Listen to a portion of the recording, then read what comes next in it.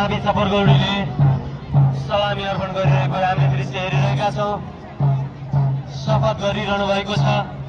कार्यक्रमका प्रमुख अतिथि लुम्बिनी प्राविधिक विश्वविद्यालयका उपकुलपति प्राध्यापक डाक्टर विनोद प्रसाद ढकालज्यूले